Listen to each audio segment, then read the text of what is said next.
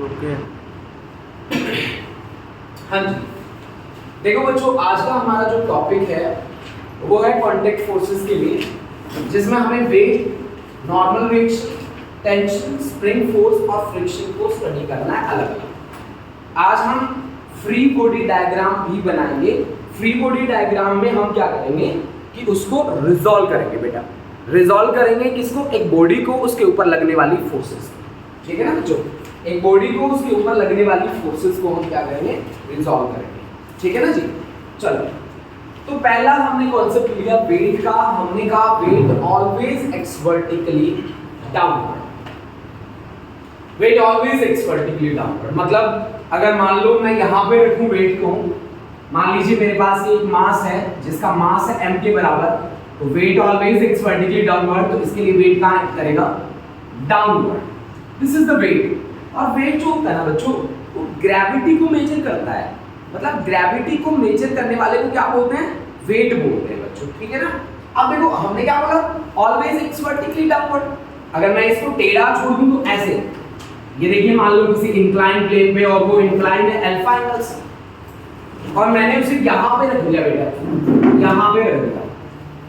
अब आपने क्या सुना है वेट के बारे में? आपने वेट के बारे में सुना है कि weight always acts vertically downward. तो वर्टिकल डाउनवर्ड ही आपको यहाँ दिखाना है बच्चा, चाहे वो टेढ़ा है बट मेरा है ना। तो आपको यहाँ पे वही कॉन्सेप्ट लगाना है और आपको उसे इसी तरीके से दिखाना है। कैसे? आपने कहा कि sir weight always acts vertically downward, this is mg। ठीक है। अब यहाँ पे इंपॉर्टेंट क्या बन जाता है? इसके दो कंपोनेंट। इसका डाउनवर्ड कौन है बच्चों?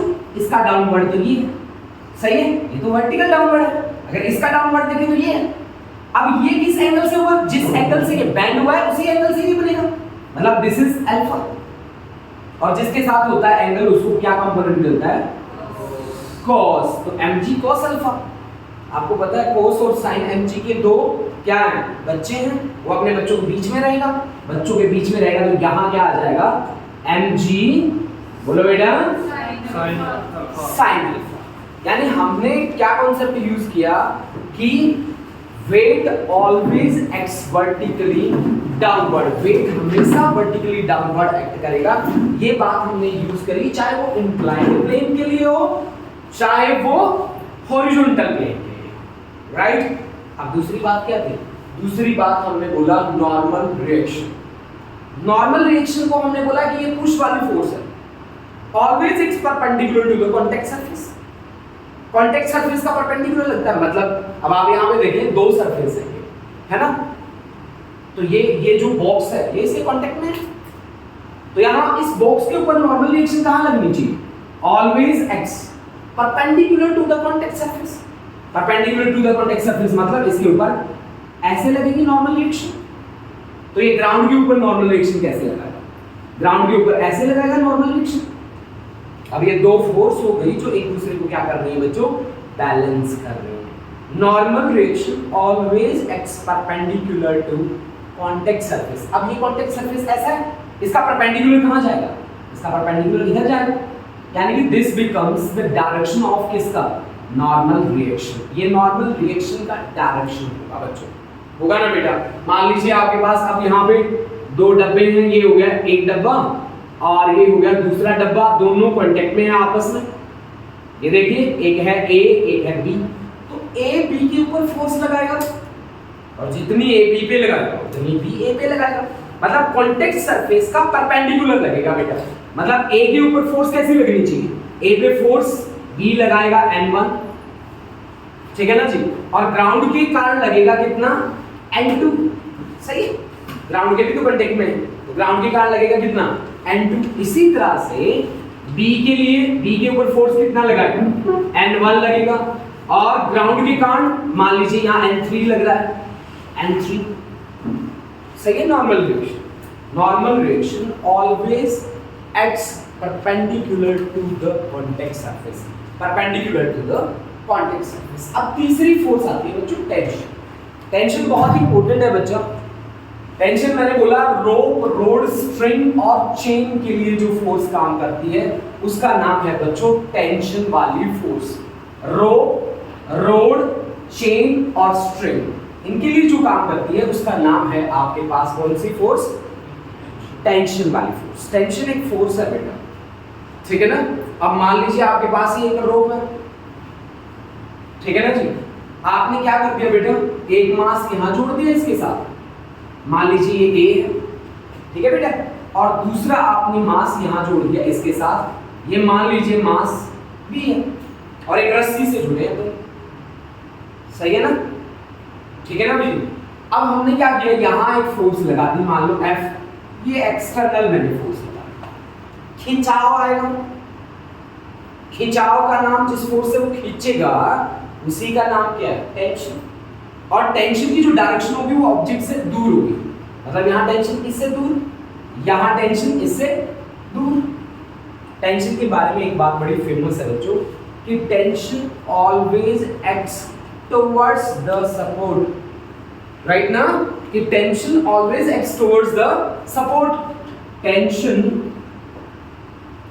Always acts towards the support, towards the support, support, support। अब देखो बेटा, इसके लिए सपोर्ट कौन है? ये, तो ये towards the support काम करेगा। इसके लिए सपोर्ट कौन है? ये, तो ये इसकी तरफ काम करेगा। सॉरी। और टेंशन हर पॉइंट पे, एक गिवन रोप के हर पॉइंट पे टेंशन की वैल्यू सेम रहेगी, सेम रहेगी टेंशन की हर पॉइंट, ठीक है। फॉर ए गिवन, मैंने बोला for a given rope tension is same at every point. मैंने ये बात बोल दी बेटा यहां पे कि for a given rope tension, a given rope tension is same at every point, tension is same at every point, at every point tension is same at every point for a given rope. मैंने बोला एक given रो के लिए tension क्या रहेगी? Same रहेगी एक given रो के लिए, ठीक है बच्चों। अब देखो बेटा, टेंशन के ऊपर बेस होकर हम एक एग्जांपल करते हैं। पुराने जमानों में पानी लेने जाते थे लोग, है ना, और उनके ऊपर पुली लगी होती थी। आज भी हम अपनी डेली लाइफ में कहीं ना कहीं पुली का यूज कर ही लेते हैं बच्चों। तो चलिए एक मैं पुली पे बेस होके मैं आपके सामने कॉन्सेप्ट बनाने जा रहा हूँ। क्या है वो कॉन्सेप्ट और कैसे हमें डील करना है उसके साथ, देखिए देखिए बच्चों,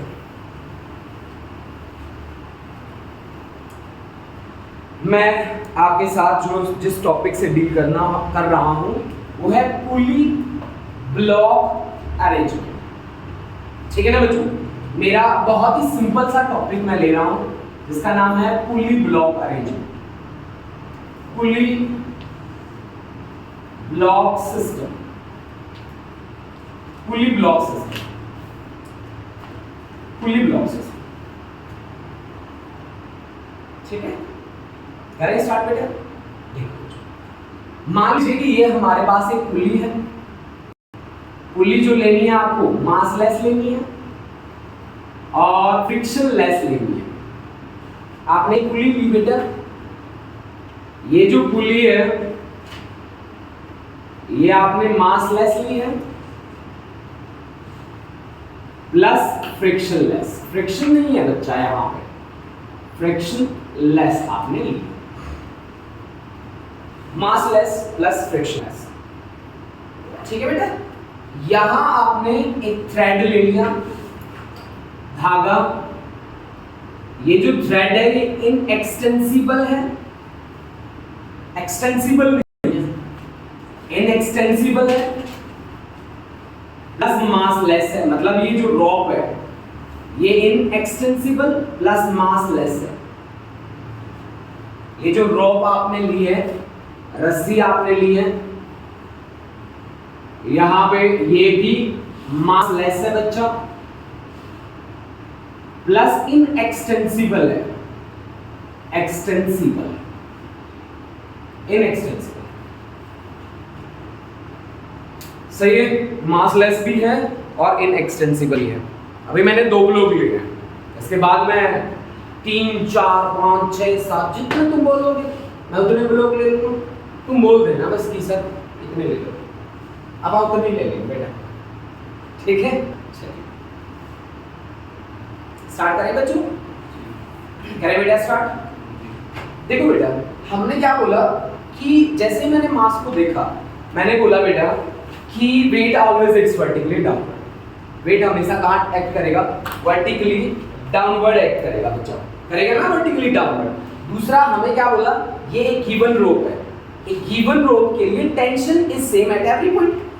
तो आप देखो बच्चों कि यहाँ वेट इसका वर्टिकल डाउनवर्ड यानी कि m1g, इसका weight downward vertical downward, weight always acts vertically downward. सही है। अब मान लेते हैं बेटा यहाँ पे कि लेट m2 वाला जो मास है ना वो m1 से बड़ा है। एक मास तो बड़ा होगा ही, अगर दोनों सेम होंगे तो इक्विलिब्रियम आ जाएगा। इक्विलिब्रियम का क्या मतलब होगा कि नेट फोर्स क्या हो जाएगी? जीरो हो जाएगी। मैं कैसा मान रहा हूं इसको? एक्सेलरेटेड मान। अब आप ध्यान रखना बच्चों, ये m2 बड़ा है तो ये एक्सेलरेट करेगा डाउनवर्ड डायरेक्शन और ये एक्सेलरेट करेगा अपवर्ड डायरेक्शन। एक सिस्टम का एक्सेलरेशन क्या रहेगा? हमेशा सेम रहेगा। एक सिस्टम का एक्सेलरेशन हमेशा क्या रहेगा? सेम रहेगा। ये बात भी इंपॉर्टेंट है। अब इसके लिए टेंशन कहां लगेगी? Towards the support. सपोर्ट कौन है? पुली। यहां टेंशन लगेगी। इस पुली के लिए सपोर्ट कौन है? मास। तो टेंशन कहां लगेगी? यहां लगेगी। इसके लिए सपोर्ट कौन है? पुली। तो टेंशन कहां लगेगी? ऊपर। इसके लिए पुली के लिए नीचे। सही है क्या? सही है। अब हम क्या करते हैं बेटा? फ्री बॉडी डायग्राम बनाते हैं। FBD फ्री बॉडी डायग्राम मतलब ऑब्जेक्ट को अलग निकालो, उसके ऊपर कितनी फोर्स लग रही है उनको चेक कर लो। जैसे यहां m1 को आप देखिए, m1 एक्सेलरेट कर रहा है कहां? ऊपर। इस एक्सेलरेशन से, a एक्सेलरेशन से। इसके ऊपर टेंशन कितनी लगी है? T। और नीचे क्या है? m1g। अब आप एक बात बताओ, नीचे फोर्स लग रही है m1g, ऊपर फोर्स लग रही है T और ये एक्सेलरेट कर रहा है ऊपर, तो T बड़ी फोर्स है कि m1g बड़ी फोर्स? बताओ भाई, T बड़ी फोर्स है कि m1g बड़ी फोर्स है? अगर वो ऊपर जा रहा है तो ऑफ कोर्स ऊपर वाली फोर्स बड़ी है। तो यानी कि आपके पास रिजल्टेंट फोर्स कैसे आएगा? T minus m1 into g। सही है। वही बड़ी फोर्स में से छोटी फोर्स घटा दो। फोर्स क्या होता है? मास इनटू एक्सेलरेशन। मास कितना है? m1। एक्सेलरेशन कितना है? a। से this is equation number 1। Right और रॉन्ग? बोलो बच्चों। इसी तरह से m2 वाले को ध्यान से देखिएगा।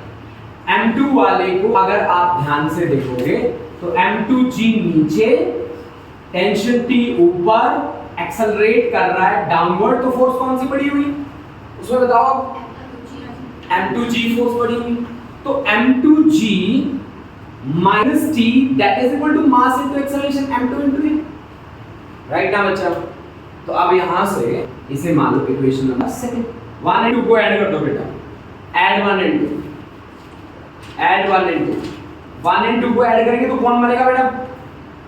कौन मर रहा है? ऐड करेंगे तो 1 और 2 T मर रहा है, तो आपके पास क्या आएगा? m2g minus m1g that is equal to m1a plus m2a। Right और रॉन्ग? बोलो। T एक जगह प्लस है, एक जगह माइनस है, कैंसिल हो गया। अब ये क्या है बेटा? आपके पास m2g क्या होता है? वेट। वेट क्या होता है? फोर्स। मतलब ये नीचे लगने वाली फोर्स, और ये m1g ये इधर नीचे लगने वाली फोर्स। सही है। तो ये क्या आ गई? रिजल्टेंट फोर्स, या आप इसको क्या बोल सकते हैं? Net pulling force. ये क्या चीज है बच्चा? ये है आपकी नेट पुलिंग फोर्स। NPF लिख रहा हूं बेटा इसको, नेट पुलिंग फोर्स। सही है। और अगर मैं यहां से a कॉमन ले लूं तो अंदर क्या बचेगा? m1 plus m2। ये क्या है बेटा? ये टोटल मास Tm। सही है। टोटल मास Tm यानी कि acceleration A is equal to क्या बना? m2g minus m1g divide by m1 plus m2, यानी कि आप क्या लिख सकते हैं? NPF divide by Tm। अब आज के बाद आपका यही फॉर्मूला हर जगह चलेगा जब जब आपको एक्सेलरेशन निकालना होगा तब तब आप यूज करेंगे NPF divide by TM. Divide है क्या बेटा? टीएम का मतलब है टोटल मास, एनपीएफ का मतलब है net pulling force divide by total mass. This is the formula for acceleration for future calculations, right. Acceleration निकालने के लिए अपना एक फॉर्मूला बन गया जिसका नाम है NPF divide by TM. TM का मतलब है टोटल मास। नोट कर लो बेटा।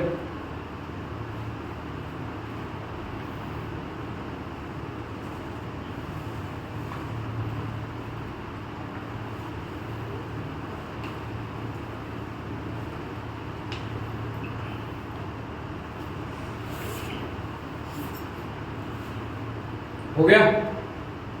टेंशन निकालनी है जी, निकालो टेंशन। डिवाइड कर ले 1 and 2 को, डिवाइड कर लो 1 and 2 को, divide 1 and 2, divide 1 and 2। 1 and 2 को अगर आप डिवाइड करें बच्चा तो t minus m1 into g divide by m2 into g minus t that is equal to m1 into a divide by m2 into a। Acceleration से acceleration cancel, cross product करिए simple, तो t m2 minus m1 m2g that is equal to m1 m2g minus m1 into t। T को इकट्ठा कर लीजिए तो t आ जाएगा m2 plus m1, इसको इधर लेके जाएंगे तो ये बन जाएगा 2m1 m2 g, यानी कि टेंशन आपके पास आ गया 2m1 m2g divide by m1 plus m2। This is the value of tension. ये आपके पास क्या है बच्चा? टेंशन का वैल्यू है। टेंशन आ गया आपके पास 2m1 m2g divide by m1 plus m2, m1 plus m2 आ गया बच्चों? नोट करो बेटा इसे।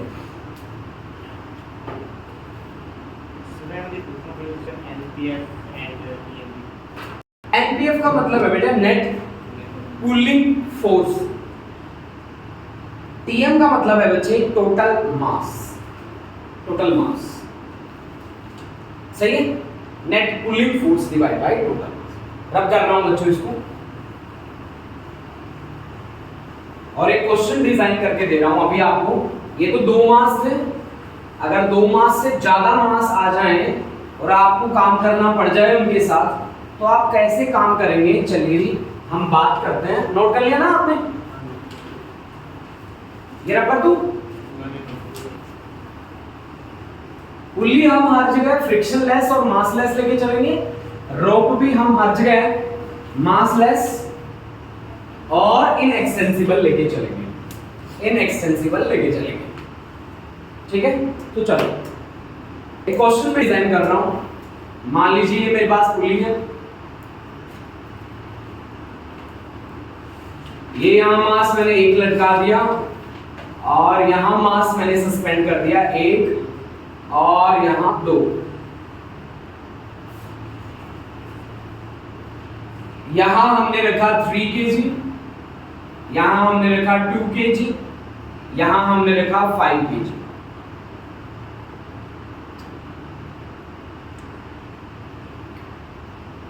सही? आपसे पूछा गया कि आप एक्सेलरेशन बताइए, आप टेंशन बताइए हर स्ट्रिंग, आप एक्सेलरेशन बताइए, टेंशन बताइए हर स्ट्रिंग। अब देखो सबसे पहला काम क्या होता है बच्चों? आपका कंपोनेंट्स बनाना, वेट कहां ऐड कर रहा है, टेंशन कहां ऐड कर रही है, वो सारी बातें करना। कर ले, स्टार्ट करें, बोलो। तो आप एक चीज देखो भाई, ये 3 kg है ना, तो इसका 3g वेट तो m/g होता है। टेंशन यहां हमने मान ली T1, तो यहां पे भी T1, यहां पे भी T1, यहां पे भी T1, T1, T1, T1, T1, T1, यहां for a given rope tension is same at every point T1। लेकिन यहां तो रस्सी दूसरी आ गई दूसरी, इस रस्सी के लिए टेंशन अलग होगी, तो वो टेंशन ऑब्जेक्ट से दूर रखनी है हमेशा। T2 यहां भी ऑब्जेक्ट से दूर रखनी है T2। इसका वेट कितना होगा? Of course 5g।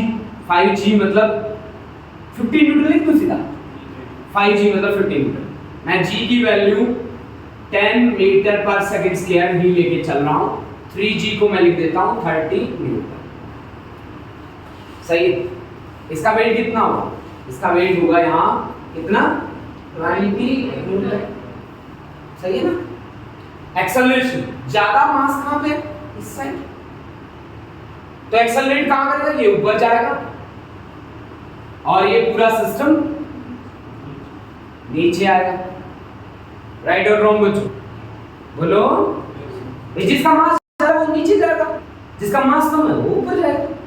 इसमें तो पूछने वाली बात ही नहीं है। ठीक है, अब सुनो, मैंने क्या बोला? एक्सेलरेशन कैसे निकालोगे आप? NPF divide by total mass, net pulling force. बताओ पुलिंग वाली फोर्स कितनी है नेट? 50 और 20 70, 50 प्लस 20 70 माइनस 30, माइनस करना पड़ेगा नेट निकालने के लिए। 30 डिवाइड बाय टोटल मास, मास कितना है? 3 प्लस 2 प्लस 5 कितना आ गया? 70 माइनस 30 कितना होगा? 40 डिवाइड बाय 10, एक्सेलरेशन कितना आ गया? 4 मीटर पर सेकंड स्क्वायर। सही है, बन गई बात। बोलो। ठीक है, अब 5 kg को आप ध्यान से देखो। 5 kg एक्सेलरेट कर रहा है डाउनवर्ड। 5 kg को बाहर निकाल के लाओ। 5 kg मतलब 50 न्यूटन जा रहा है कहां? एक्सेलरेट कर रहा है डाउनवर्ड। ऊपर कौन सी फोर्स लगी है इसके ऊपर? T2। अब आप एक बात बताओ मेरे को, 50 बड़ा है कि T2 बड़ा है? ऑफ कोर्स 50 बड़ा होगा क्योंकि नीचे जा रहा है। तो 50 minus T2 that is equal to, इसका मास कितना है? 5 kg। मास इनटू एक्सेलरेशन, यानी कि 5 इनटू एक्सेलरेशन A। एक्सेलरेशन की वैल्यू है आपके पास, कितनी वैल्यू है बेटा बोलो? 5 इनटू 4, यानी कि 50 minus T2 is equal to 20। तो T2 की वैल्यू कितनी आ गई बेटा? 30 न्यूटन। T2 की वैल्यू कितनी आ गई? 30 न्यूटन।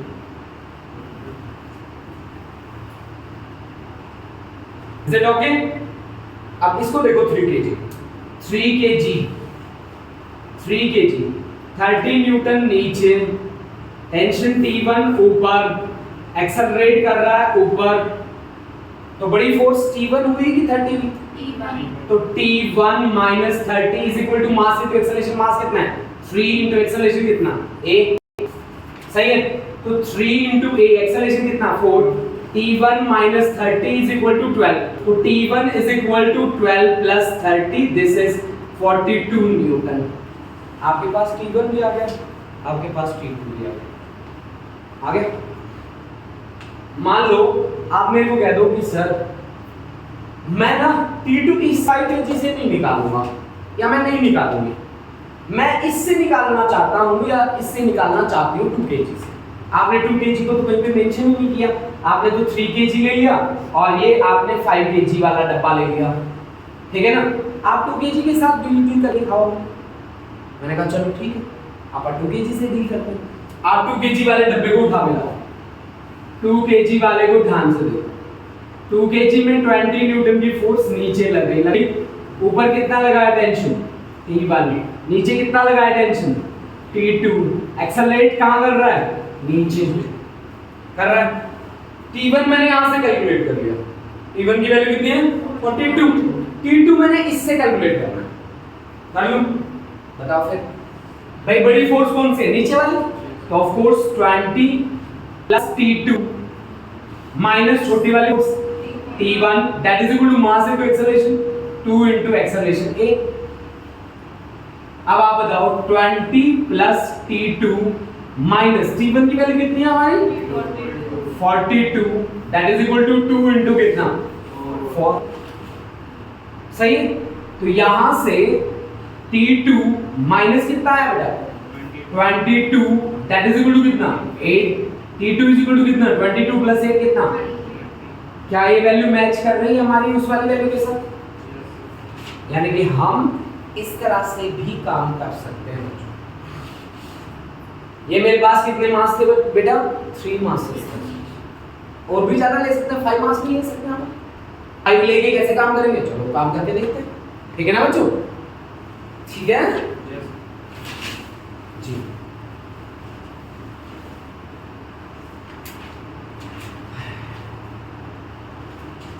नोट कर लो बेटा, हो गया नोट, हो गया। चलो एक क्वेश्चन हम अपने आप से और फ्रेम करें फ्रेम।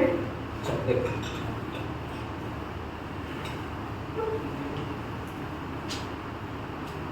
नई पुली बना देंगे, ठीक है, नया डायग्राम बना देंगे।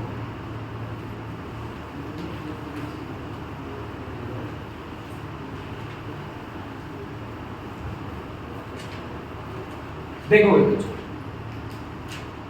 ये हमने लिया एक पुली ब्लॉक सिस्टम,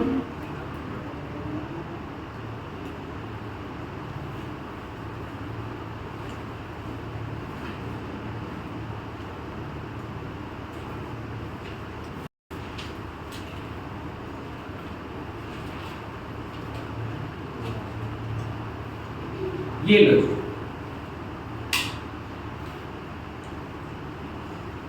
यहां 1 2 3,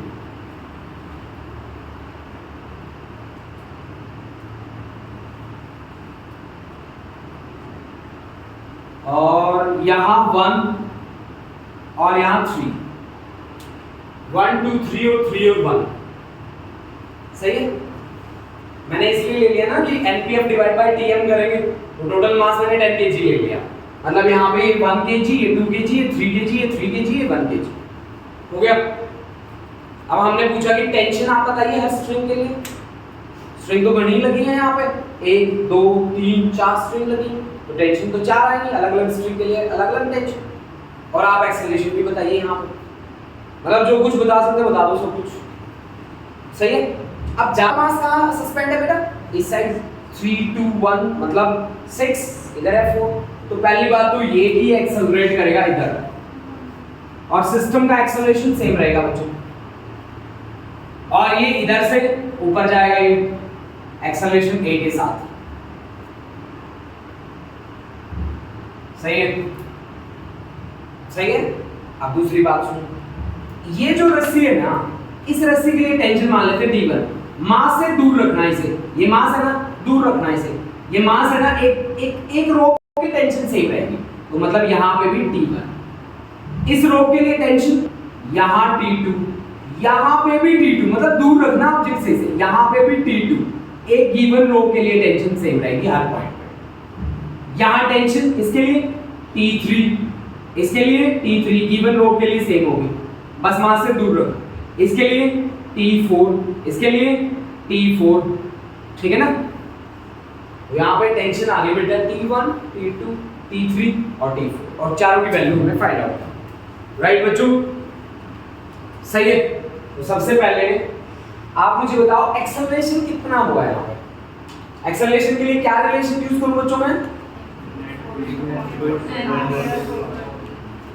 net pulling force divide by total mass use कर लूं, तो नेट पुलिंग फोर्स कितनी होगी बताओ, पुल करने वाली फोर्स कितनी होगी बताओ, बोलो, नेट पुलिंग फोर्स भाई यहां पे किसके कारण बनेगा, मास है ये mg 10 20 30 60 माइनस कितना 40, मतलब 60 minus 40 divide by total mass कितना है 4 7 और 3 10, कितना आया 20 डिवाइड बाय 10 2 मीटर पर सेकंड स्क्वायर, ये आपके पास आ गया क्या एक्सेलरेशन।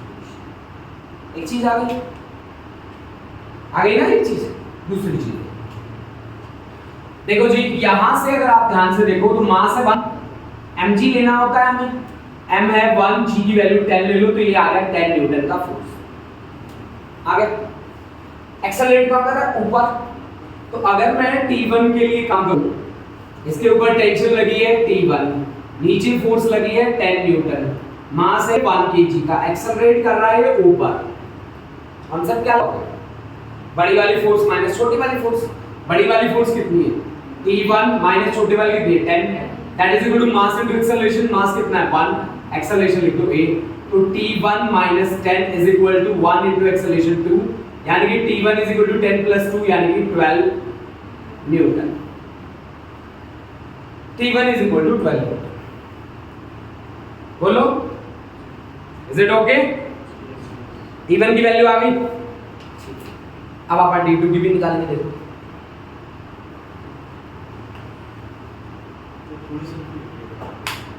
कहाँ पे? यहाँ पे?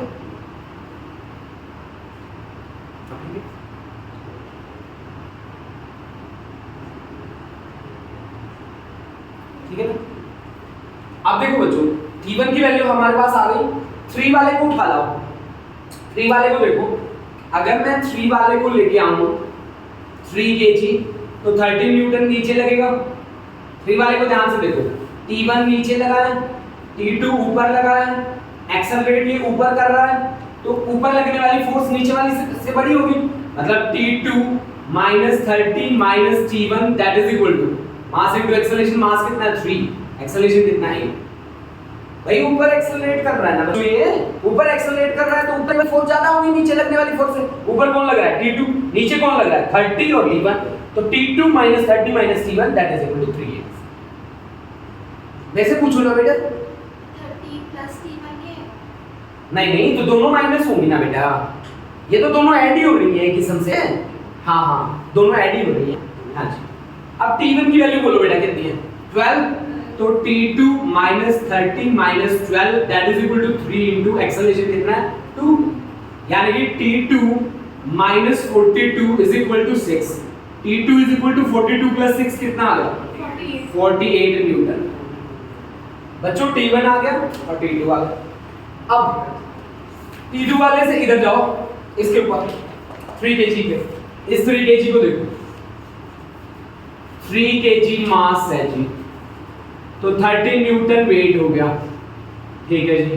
नीचे और कौन लगा है? T3 लगा है जी। ऊपर कौन लगा है? T2 लगा है जी। एक्सेलरेट कहाँ कर रहा है? Downward direction. ये वाला मास डाउनवर्ड डायरेक्शन में एक्सेलरेट कर रहा है। सिस्टम का एक्सेलरेशन हमने सेम रखा है। समझ गए आप मेरी बात? अब आप मेरे को एक बात बताओ, अब ये अगर नीचे जा रहा है तो नीचे लगने वाली फोर्स बड़ी होगी। नीचे कौन लग रहा है? 30 प्लस T3 माइनस कर दो ऊपर लगने वाली फोर्स। ऊपर लगने वाली फोर्स कौन है? T2 that is equal to mass कितना है? 3, एक्सेलरेशन कितना है? a। सही है। यानी कि 30 प्लस T3 माइनस T2 की वैल्यू कितनी है बच्चों? 48 that is equal to 3 into कितना बेटा? 2। यानी कि ये T3 minus 18 that is equal to 6। T3 is equal to 18 plus 6 कितना होगा? 24 न्यूटन। लो ये T3 भी आ गया। सही है। T4 चाहे यहां से निकाल लो, चाहे यहां से निकाल लो। कहां से बताओ, कहां से निकालोगे वैल्यू? इससे या इससे? नीचे वाले से निकालें। चलो नीचे वाले से निकालो। ये है बेटा 1 kg। 1 kg के कारण वेट बना 10 न्यूटन। ऊपर लग रहा है T4, नीचे एक्सेलरेट हो रहा है तो एक्सेलरेशन 8। तो बड़ी फोर्स कौन सी हुई? 10 माइनस T4। मास कितना है? 1 इंटू एक्सेलरेशन। तो 10 minus T4 is equal to 1 into 2। तो minus T4 is equal to कितना? Minus 8। T4 is equal to कितना? 8 न्यूटन। 8 न्यूटन। चलो अपने आंसर को चेक भी कर लेते हैं 2 से। 2 kg से चेक कर लेते हैं। तो 2 kg वाले को देखो, 2 kg वाले को देखो, उसका वेट कितना है? 20 न्यूटन। नीचे कौन लगा है? 2 kg पे। इस वाले 2 kg की बात कर रहा हूं मैं, T4। ऊपर कौन लगा बेटा? T3। एक्सेलरेट कहां कर रहा है? डाउनवर्ड्स कर रहा है। तो नीचे लगने वाली फोर्स ऊपर लगने वाली से बड़ी है, यानी कि 20 plus T4 minus T3 that is equal to 2 into acceleration 8। बोलो वैल्यूज रखो। हमारे पास T3 की वैल्यू है बेटा, T4 की वैल्यू निकालनी है। 20 प्लस T4 माइनस T3 की वैल्यू कितनी है बेटा? 24 that is equal to 2 into 2। सही है। तो T4 minus 4 is equal to 4, यानी कि T4 इज इक्वल टू कितना? 8 न्यूटन। ये भी 8 था, ये भी 8, यानी कि हमारा काम बिल्कुल सही है।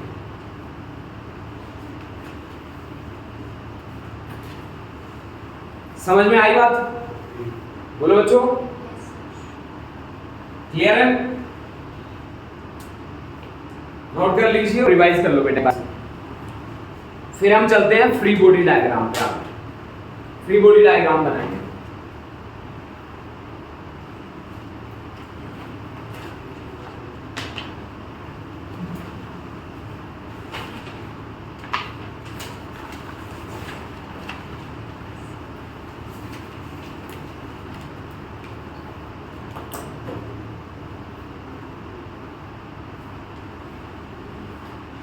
ठीक है, हो गया।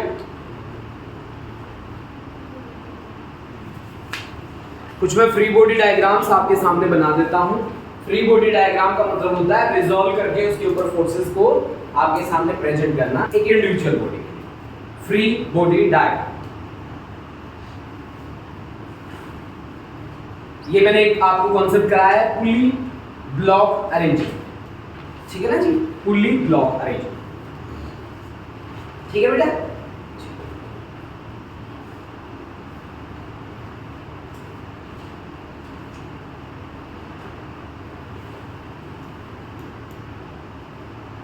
ओके, रिपोर्टर कर दूं अब? ठीक है, कॉन्सेप्ट ठीक है।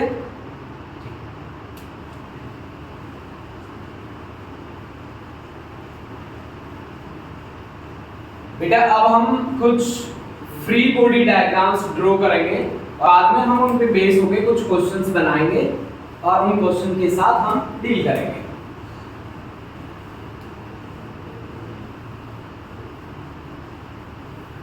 चलिए, कुछ डायग्राम्स हम बना रहे हैं आप लोगों के सामने, उनके एफबीडीज हम ड्रॉ कर देंगे। देखिए कैसे, ये हमने एक वॉल मान लिया और इस वॉल पे हमने एक बॉक्स लगा रखा है इस तरह से। इस बॉक्स का मास m है बेटा, और यहां हमने लगाई है एक एक्सटर्नल फोर्स F एक्सटर्नल। आपसे मैंने बोला कि इसका आप फ्री बॉडी डायग्राम आप ड्रॉ करिए, तो आप कैसे ड्रॉ करेंगे? देखो जी, जिसका होगा मास लगा उसका कुछ ना कुछ वेट ट्रैक करेगा। वेट के बारे में हमने एक बात लिखी है कि weight always acts vertically downwards. Weight always acts vertically downward. मैं इस मास को निकाल के लाऊं बाहर, ये इसके साथ यहाँ पे कांटेक्ट में है, आप देखिए ध्यान से, ये इसके साथ कांटेक्ट में है और कांटेक्ट में क्या लगता है? Normal reaction. नॉर्मल रिएक्शन कहाँ लगता है? Perpendicular to the contact surface. मतलब अगर आप यहाँ से मास m को बाहर निकाल के इसका FBD करें, फ्री बॉडी डायग्राम बनाएं इसका, हमारा कॉन्सेप्ट यही है कि हमें FBDs बनाने हैं, फ्री बॉडी डायग्राम। तो एक तो इसका वेट कहाँ एक्ट करेगा? वर्टिकली डाउनवर्ड, सही है। एक हमने लगाया है इसके ऊपर एक्सटर्नल फोर्स F एक्सटर्नल, एक दीवार से चिपका है तो कांटेक्ट में है, कांटेक्ट में है तो नॉर्मल रिएक्शन लगेगा। नॉर्मल रिएक्शन दीवार कहाँ लगाएगी? उधर। n का मतलब है normal reaction, normal reaction, normal reaction, सही है। अब दीवार अगर उसके ऊपर नॉर्मल रिएक्शन लगा रही है तो ये भी दीवार के ऊपर क्या लगाएगा? Normal reaction. बच्चों ये भी दीवार पे नॉर्मल रिएक्शन लगाएगा। राइट और रॉन्ग बच्चों? सही है ना भाई? फोर्सेस तो पेयर की फॉर्म में एग्जिस्ट करती हैं, कल्ली फोर्स तो एग्जिस्ट ही नहीं करती। सही बात है। इसी तरह से मान लीजिए इसका एफबीडी हमें ड्रॉ करना है। मान लीजिए एक ब्लॉक के ऊपर दूसरा ब्लॉक हमने रख रखा है। ये देखिए बच्चा, इस ब्लॉक का मास है m1, इस ब्लॉक का मास है m2 और इसका आपने ड्रॉ एफबीडी, आपने एफबीडी ड्रॉ करना है। इसका आपने क्या करना है बच्चा? Draw it's free body diagram, draw it's FBD, free body diagram आपने ड्रॉ करना। कर दोगे? बताओ फिर कैसे कैसे होगा। जैसे m1 के लिए बात करो पहले, बोलो बेटा, करियो, बोलो। m1 के लिए करो बेटा, तो m1 g downward, weight always acts vertically downward.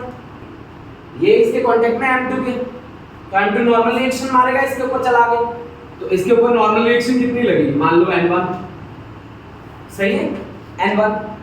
बोलो, हो गया इसका तो एफबीडी। इस पे तो यही फोर्स लग रही है, एक m1 और एक m1। m2 का देखो,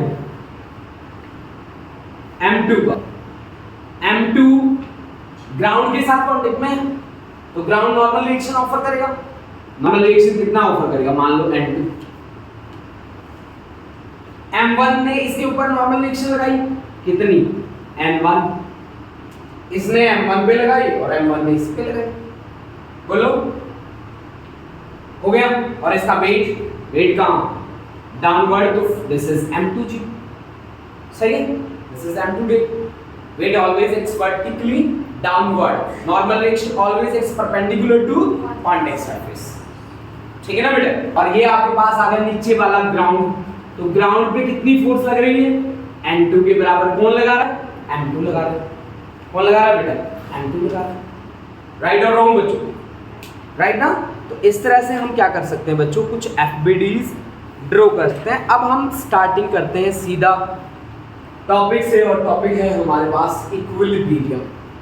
इक्विलिब्रियम का मतलब क्या है, अब हमारा जो टॉपिक है उस टॉपिक का नाम है इक्विलिब्रियम। इक्विलिब्रियम, इक्विलिब्रियम, ठीक है ना बच्चों, इक्विलिब्रियम। बच्चों जब जब आपके सामने फिजिक्स में इक्विलिब्रियम टॉपिक आए, आपको समझना है कि sum of all forces acting on the body is zero. मतलब नेट फोर्स ऑब्जेक्ट पे अगर जीरो हो जाए तो हम उसे इक्विलिब्रियम बोलते हैं, यानी कि F नेट क्या कर रहा हूं मैं, जीरो। F नेट क्या हो जाए, जीरो। इसका मतलब आप ये भी ले सकते हैं कि sum of all forces acting along x is equal to zero, sum of all forces acting along y is equal to zero. मतलब आपको रिजॉल्व करके भी इसके इक्वल लिखना पड़ सकता है, जीरो के इक्वल लिखना पड़ सकता है। इसके क्वेश्चंस कैसे करेंगे, how we can solve the questions, how we can make the questions, make questions. इस पे क्वेश्चंस कैसे बनाएं, सबसे पहले फर्स्ट स्टेप आपका क्या रहेगा, draw FBD free body diagram आप ड्रॉ कर दीजिए। फ्री बॉडी डायग्राम आपने ड्रॉ कर दिया, उसके बाद समेशन Fx जीरो लिख देना, sum of all forces acting along x zero और y के अलोंग भी क्या लिख देना, आप जीरो लिख देना। और फिर आपका कॉन्सेप्ट और क्वेश्चन दोनों के दोनों क्या हो जाएंगे, सॉल्व हो जाएंगे। चेक करें, एक क्वेश्चन से चेक करें इसे, लास्ट क्वेश्चन है हमारी क्लास का ये। देखो बेटा, मैं बोल रहा हूं इक्विलिब्रियम का मतलब है नेट फोर्स जीरो हो जाना, और नेट फोर्स जीरो होने का मतलब है या तो आप रेस्ट पे हो या आप यूनिफॉर्म मोशन में।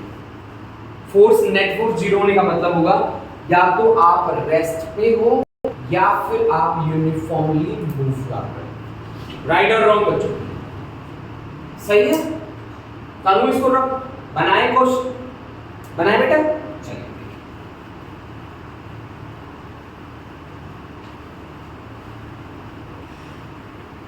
देखो लास्ट क्वेश्चन है हमारी क्लास का। इसके बाद हम फ्री बॉडी डायग्राम पे बेस्ड जितने भी क्वेश्चंस होंगे वो नेक्स्ट लेक्चर में बनाएंगे, ठीक है। चलिए जी, मुझे दिया है a uniform sphere of weight W। Question लिख देता हूं मैं, a uniform sphere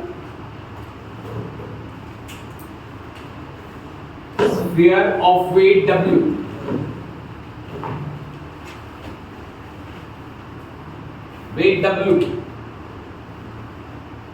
and radius 3 meter is being held fixed, and radius 3 meter is held fixed by a string of length 2 meter, of length 2 meter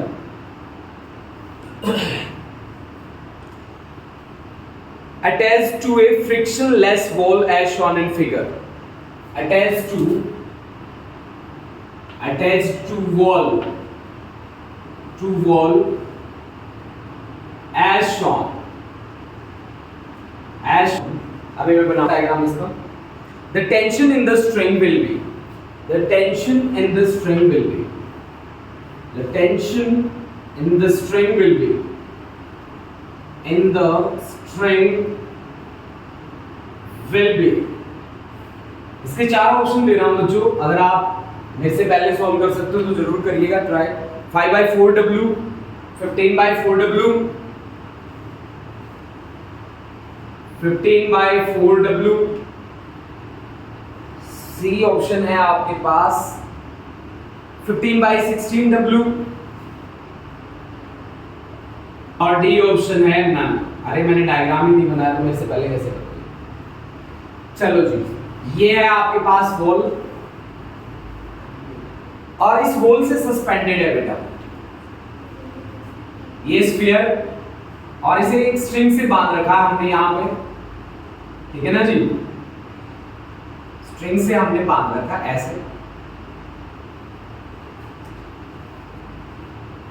ये string है इतनी, इसकी length मैंने दे रखी है 2 मीटर, रेडियस इसका है 3 मीटर।